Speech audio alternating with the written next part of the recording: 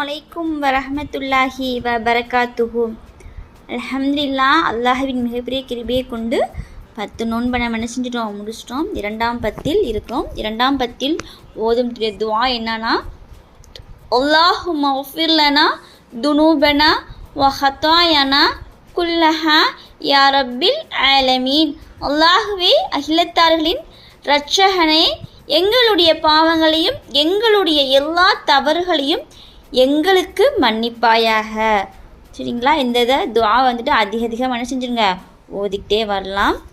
இன்றைய நினைவூட்டலில் ரமலானுடைய குர்ஆன் ஆயத்து கேட்கலாமா?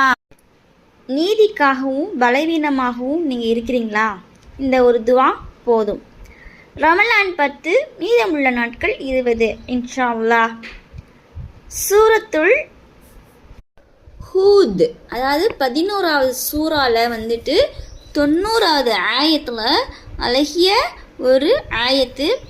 வஸ்தஃபிரு ரப்பக்கும் சும்ம தூபு இலைஹி இன்ன ரப்பி ரஹீமு வதூத். உங்கள் இரட்சகனிடம் நீங்கள் மன்னிப்பு கோரி அவனிடமே மீளுங்கள். என் இரட்சகன் நிகரற்ற அன்பாளன், நேசமுடையவன்.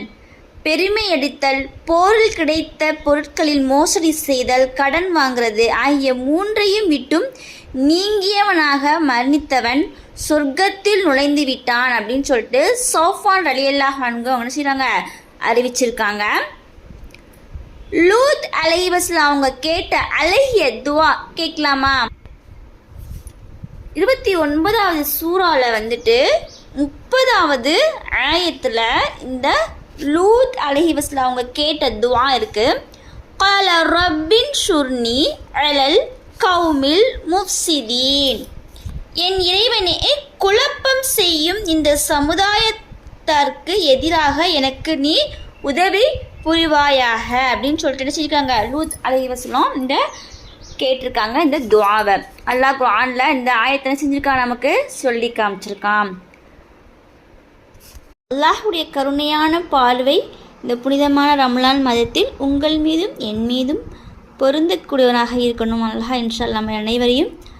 அஸ்ஸலாமு அலைக்கும் வரஹ்மத்துல்லாஹி வபரகாத்துஹு. மீண்டும் சந்திப்போம்.